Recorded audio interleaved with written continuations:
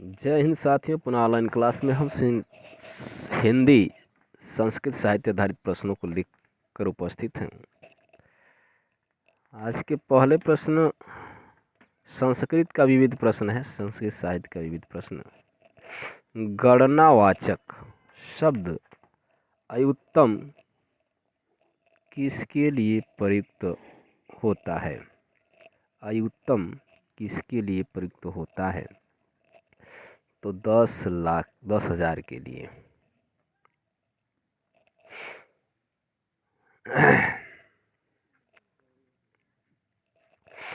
गणनावाचक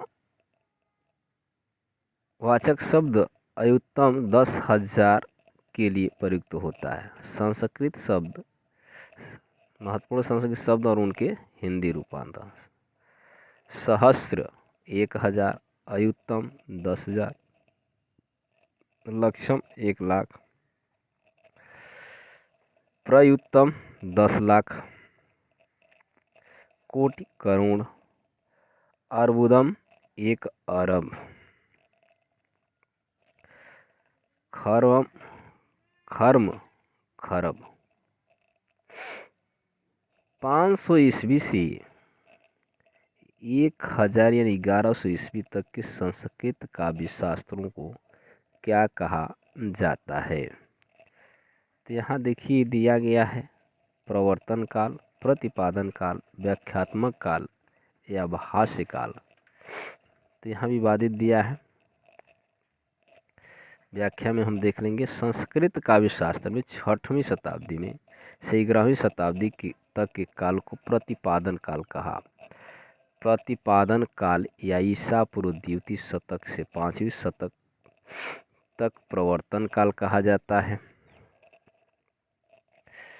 6वीं शताब्दी से 11वीं शताब्दी के लिए प्रतिपादन काल, द्वितीय शतक से 5वीं शताब्दी तक के प्रवर्तन काल। अतः यहाँ प्रश्न प्रारूप त्रुटि है, यानी 5वीं दिया है, 5वीं से 11वीं दिया है, तो 5वीं नहीं होना चाहिए। यही कारण है कि उत्तर प्रदेश माध्यमिक शिक्षा चयन बोर्ड ने अपने संशोधित कुंजिया में मूल्यांकन से बाहर कर दिया। विकल्प बी माना गया था, लेकिन इसको बाहर कर दिया गया है। सुख दुख खात्म कोरस, सुदुख खात्म करोत सह कहने वाले आचार्य हैं। तो कहने वाले आचार्य हैं रामचंद्र और गुणचंद्र, यानी बी विकल्प है। अब इसको क्यों कहा गया, किसमें कहा गया? नाट्य दर्पण की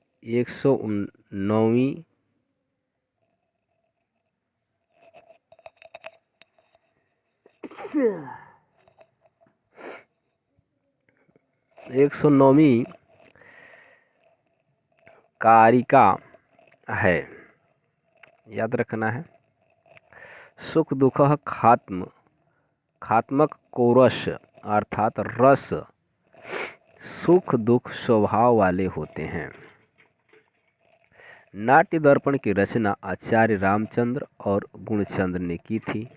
ये दोनों भारतीय नाट्य शास्त्र के आचार्य थे।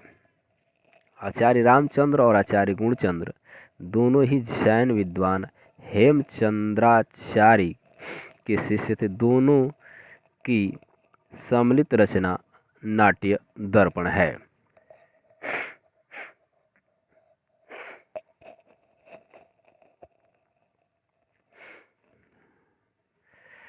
तो नाट्य दर्पण के रचनाकार कौन है? तो रामचंद्र और गुणचंद्र। शिष्य किसके हैं? तो हेमचंद्राचार्य के शिष्य हैं।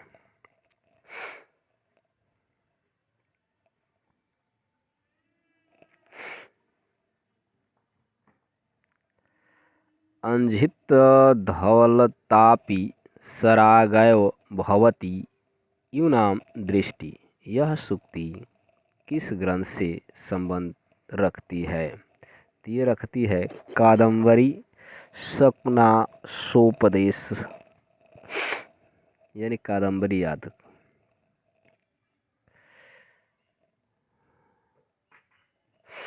प्रस्तुत सूक्ति बाणभट्ट द्वारा प्रणीत कादंबरी शकुना सोपदेश से अवतरित है। यह प्रसंग चंद्रापीड़ के राज्याभिषेक के अवसर पर शकुनास द्वारा उपदेश देने के समय कहा है। अंजित धवलतापि सरागय भवति यूनाम दृष्ट्वा, अर्थात नवयुवकों की आँख अब सफ़ेद नवयुवकों की आँखें अपनी या सफ़ेदी को न छोड़ती हुई भी सफ़ेद रहती हुई भी सराग यानी लाल कामोन्माद से प्रभावित हो जाती हैं। कालिदास ने सुलभ कोपो महर्षि किसे कहा है? तो कहा है दुर्वासा को। सुलभ कोपो महर्षि। कालिदास कृत अभिज्ञान शाकुंतलम नाटक के चतुर्थ अंक में शकुंतला की सखी प्रियवदा दुर्वासा को एषः दुर्वासा सुलभ कोपो महर्षि, यह है अति क्रोधी दुर्वासा कहती है।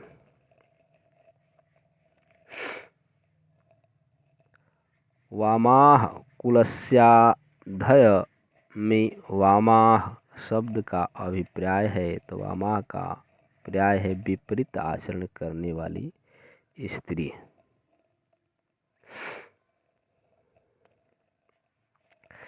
वामा का शब्द का अभिप्राय है विपरीत आचरण करने वाली स्त्रियां तथा आधय का अर्थ है विपत्ति के कारण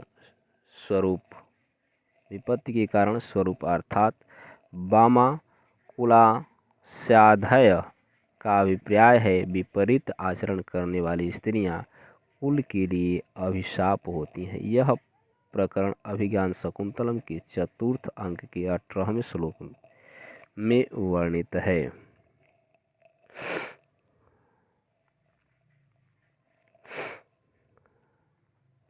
निम्नलिखित शब्दार्थों की युग्म में कौन सा युग्म गलत है? तो गलत है आपका बी, सिर अस्कम कम सीखा। निसार हम रजाई, उड़ीसम पगड़ी और उतरिया मतलब चादर। और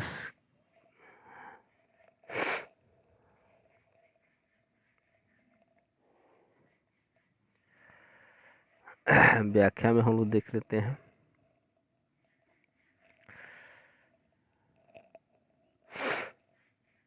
बी युग्म गलत है क्योंकि चोटी को सीखा कहा जाता है। शेष शब्दार्थ युग्म सही है। उत्तरी, ओढ़नी, चादर, दुपट्टा तीनों के अर्थ में प्रयुक्त होता है। कमारता ही प्रकृति कृपाणश्चेतना चेतनेषु, यह पंक्ति किस ग्रंथ से है? यह है मेघदूतम।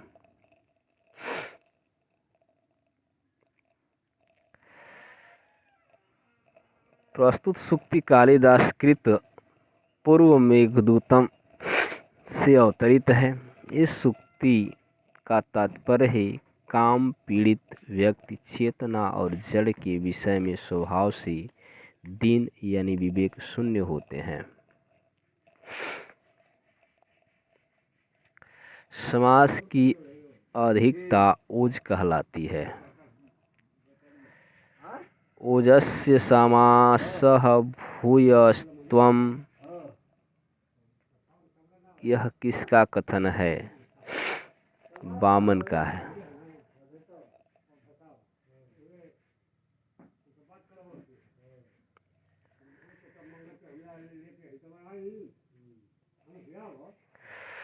ओजस्य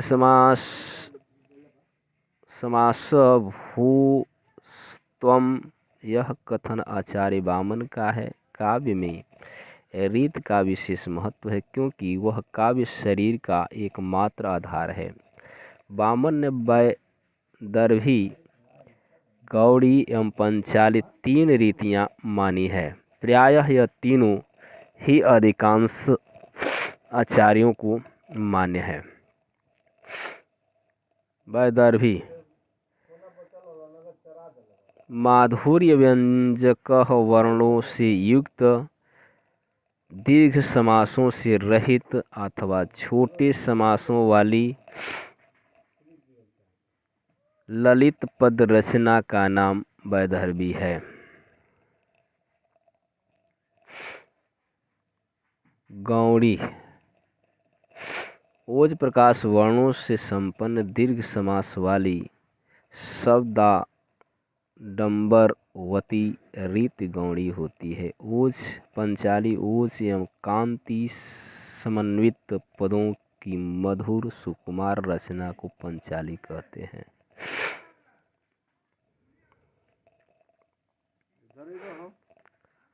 संस्कृत व्याकरण के अनुसार इनमें से एक ही शब्द शुद्ध है, तो है निरूग।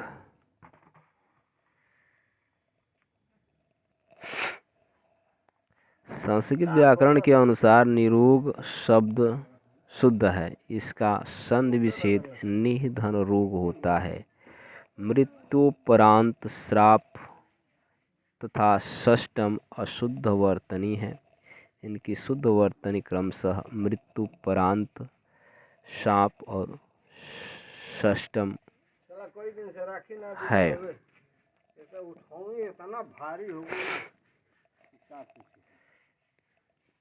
इनमें से किसके अनुसार 73 अलंकार हैं? विश्वनाथ, दंडी, मामह, रुद्रट। तो इसमें विवादित है, व्याख्या से हम लोग देखेंगे। भरत मुनि की नाट्यशास्त्र में उपमा, रूपक, दीपक तथा यमक केवल इन 4 ही अलंकारों का वर्णन पाया जाता है। रुद्रट ने अपने काव्य अलंकार में 52 प्रकार के, दंडी ने 35 प्रकार के, भामह ने 39 प्रकार के, विश्वनाथ ने 78 प्रकार के, वामन ने 33 प्रकार के, उद्भट ने 40 की, काव्य प्रकाशकार मम्मट ने 67 प्रकार के, जयदेव ने चंद्रालोक में 110 प्रकार के और अप्पया दीक्षित ने अपने ग्रंथ कुलयानंद में 124 प्रकार के अलंकारों का वर्णन किया है। अर्थात इसमें 73 दिया है, इसमें से कोई नहीं है।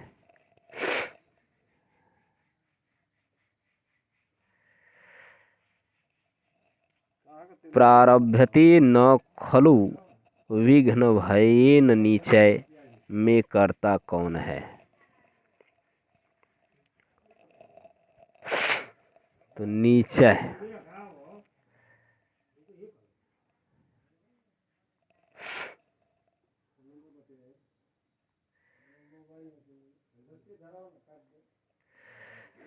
प्रारभ्यते न खलु विघ्न भयेन नीचे नीति शतक में संकलित अथ धैर्य पद्धति से अवतरित है, जिसके लेखक भर्तृहरि। इस उक्ति का अर्थ ही अधम या नीच लोग विघ्नों के भय से किसी कार्य को प्रारंभ नहीं करते। यह सूक्ति विशाखादत्त विरचित मुद्राक्षस में प्राप्त होती है।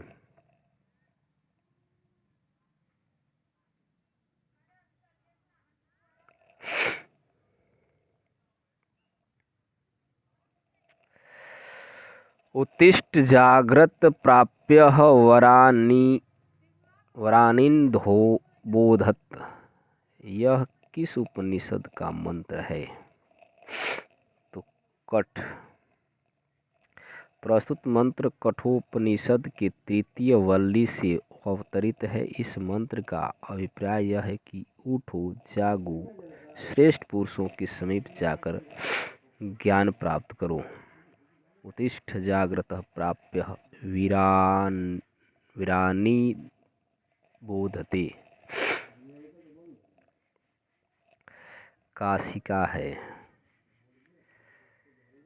काशिका है आपका पाणिकृत अष्टाध्यायी की टीका।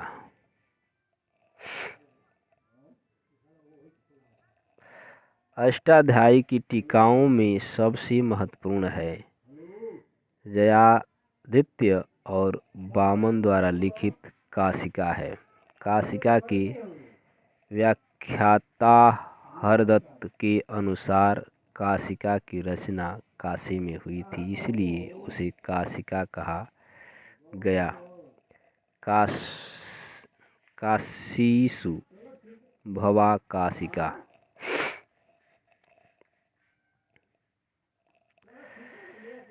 काशिका पाणिनि के सूत्रों की वृत्ति प्रस्तुत करती है, अर्थात सूत्रों की संक्षिप्तता के कारण अर्थ में जो अस्पष्टता है उसका निराकरण करती है। काशिका के अध्ययन से यह ज्ञात होता है कि उसके पहले अष्टाध्यायी पर और भी अनेक वृत्तियां थीं, जिसके मतों को काशिका में उपन्यारत किया गया, जो अन्यत्र अप्राप्य है। उपन्यास्त किया गया है।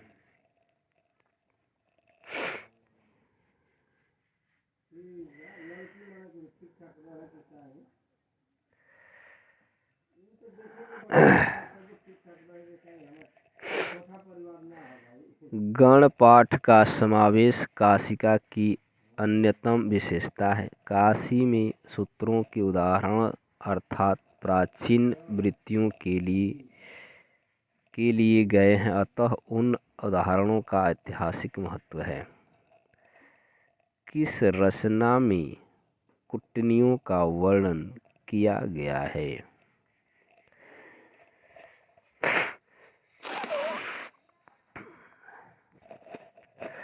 तो किया गया है मृच्छकटिकम में। कुटनी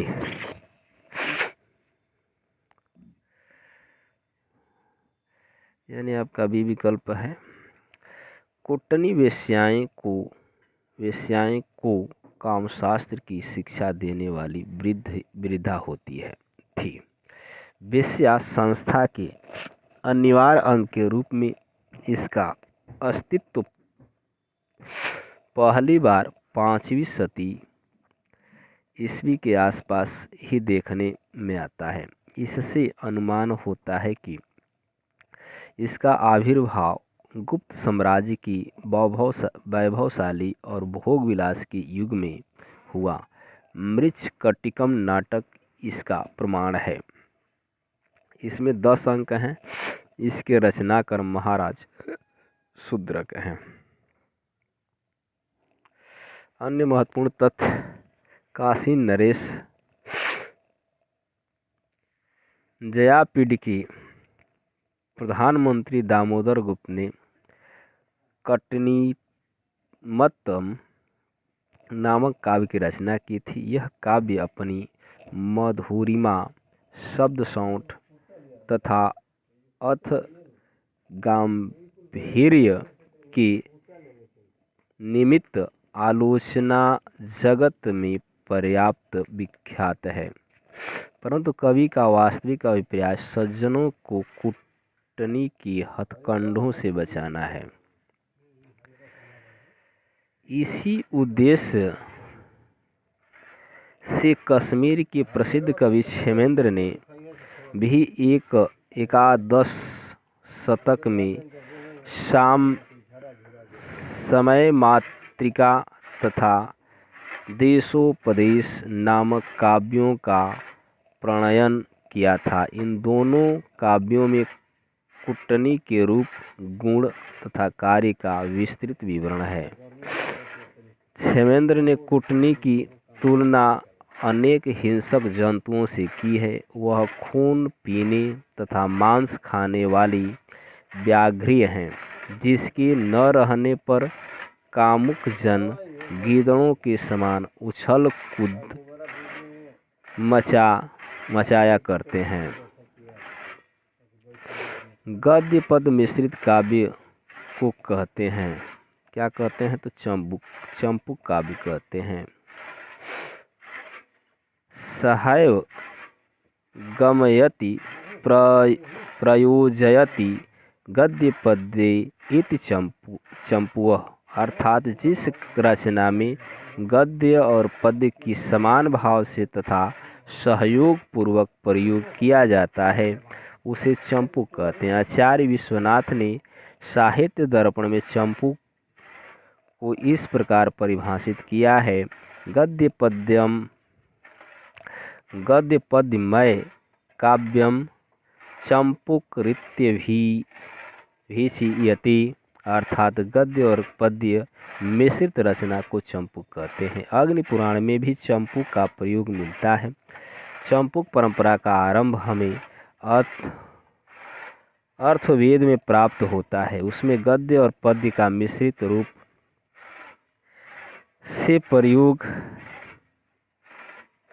मिलता है। चंपू का सर्वप्रथम पारिभाषिक विश्लेषण दंडी की काव्यादर्श में प्राप्त होता है। अब तक उपलब्ध साहित्य के आधार पर यह कहा जा सकता है कि नल चंपू के रचयिता त्रिविक्रम भट्ट ही सर्वप्रथम काव्य में इस पद्धति के प्रवर्तक हैं।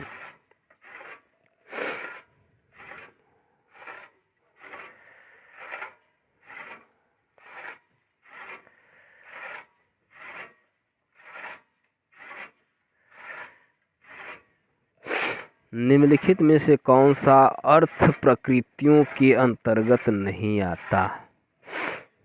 तो विषादांत। कथानक की एक अवस्था से दूसरी अवस्था के विकास का पता उसकी प्रमुख घटनाओं से चलता है, जिसे अर्थ प्रकृति कहते हैं। कथा वस्तु की अवस्थाओं के अनुसार इसकी संख्या 5 मानी जाती है: बीज, बिंदु, पताका, प्रकरी और कार्य। प्रत्येक अवस्था और अर्थ प्रकृति में मेल कराने का कार्य संधियों द्वारा संपन्न होता है, जिनकी संख्या भी 5 मानी गई है: मुख, प्रतिमुख, गर्भ, अवमर्श और 5वां है निर्वाहण या उपसंहार। निम्नलिखित तालिका द्वारा अर्थ प्रकृति अवस्था और संध्या के पारस्परिक संबंधों अधिक स्पष्टतापूर्वक ग्रहण किया जा सकता है। अर्थ, अवस्था और संधि। बीज प्रारंभ, मुख; बिंदु प्रयत्न, प्रतिमुख; पताका प्रत्याशा, गर्भ; प्रकरी नियताप्ति, विमर्श या अवमर्श; कार्य फलागम, निर्वहण या उपसंहार। तो यहाँ आपका उसमें से नहीं मिल रहा है विषादांत। नाटक में अर्थ प्रकृतियाँ कितनी मानी गई हैं? तो नाटक में आपका पाया गया है 5। ऊपर देख चुके हैं: बीज, बिंदु, पताका, प्रकरी, कार्य। निम्नलिखित में कौन सा अर्थोपक्षेपक नहीं है? तो क्या है? नियताप्ति। नियताप्ति अर्थोपक्षेपक नहीं, बल्कि नाटक की 5 अवस्थाओं में से एक है। नाटक के सारी कथा वस्तु को प्रत्यक्ष रूप से रंगमंच पर प्रस्तुत करना कठिन होता है, अतः उसके कुछ अंश ही केवल सूचना ही किसी प्रकार दे दी जाती है। इस सूच्य प्रस्तुत वस्तु की सूचना देने वाले साधनों को अर्थोपक्षेपक कहते हैं। ये 5 प्रकार के होते हैं। एक है आपका विस्कंभक।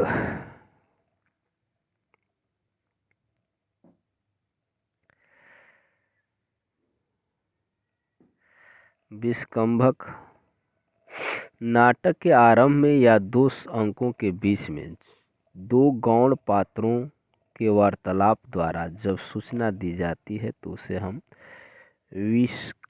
विस्कंभक कहते हैं।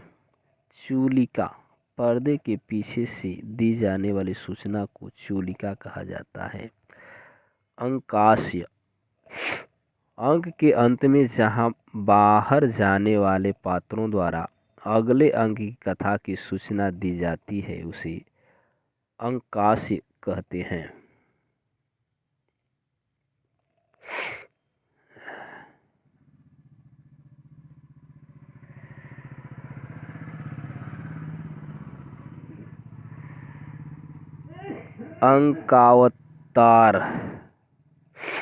अंकावतार अंक की समाप्ति के पहले ही अंक की कथा वस्तु को प्रारंभ करना अंकावतार कहलाता है।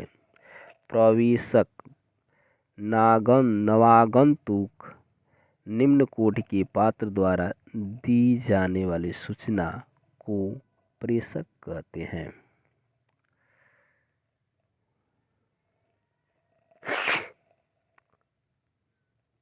सूच्य कथानों को प्रस्तुत करने वाले अर्थोपक्षेपक की संख्या कितनी होती है? तो इनकी संख्या 5 होती है।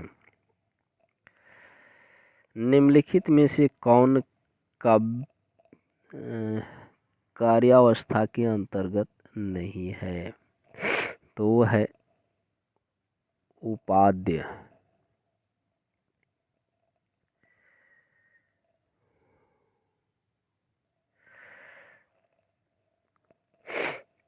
उपाधि कार्यावस्था के अंतर्गत नहीं आता। नाटक में जो कार्य प्रारंभ किया जाता है उसकी प्रगति भिन्न विश्रामों की कार्यावस्थाएं कहलाते हैं। ये अवस्थाएं उसकी गतियों को सूचित करती हैं। ये 5 अवस्थाएं होती हैं: आरंभ, यत्न, प्राप्त्यसा, नियताप्ति तथा फलागम। यहाँ उत्तर प्रदेश चयन बोर्ड ने अपनी प्रारंभिक उत्कुंजा में इसको C माना था, किंतु संशोधित में इसको D माना है। स्था धातु की विधि लिंग लकार प्रथम पुरुष का बहुवचन होगा तो होगा तिष्ठेय। स्था धातु का विधि लिंग लकार का प्रथम पुरुष बहुवचन है तिष्ठेय। स्था तिष्ठ का अर्थ बैठना होता है। अर्थात महत्वपूर्ण तथ्य यहाँ कुछ दिया है। महत्वपूर्ण तथ्य: स्था धातु का लंग लकार मध्यम पुरुष बहुवचन रूप होता है। तिष्ठत धातु रूप में लट लकार होता है। हे प्रभु में प्रभु शब्द में कौन सी विधि है? यानी दीर्घ विधि है, वृद्धि है या गुण है, संप्रसारण है? तो यहाँ आपका डी होगा, संप्रसारण।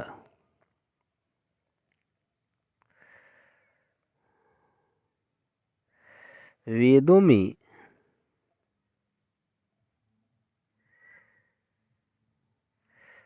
ऋच शब्द परे होने पर त्रिका संप्रसारण होता है और उत्तर पद की आदि का लोप हो जाता है। तिस्त्र ऋचु यस्मिन् तत् त्रिंच सूक्तम, जिसमें 3 ऋचाएं हो उस उक्ति का नाम त्रिच है। त्रिधन ऋच। इस अवस्था में वी का संप्रसारण होने पर त्री बना और ऋच की री का लोप हो जाता है तो त्रिचम सिद्ध हो जाता है। अतः प्रभु शब्द में संप्रसारण विधि है। वीणी संहार नाटक का अंगिक रस है।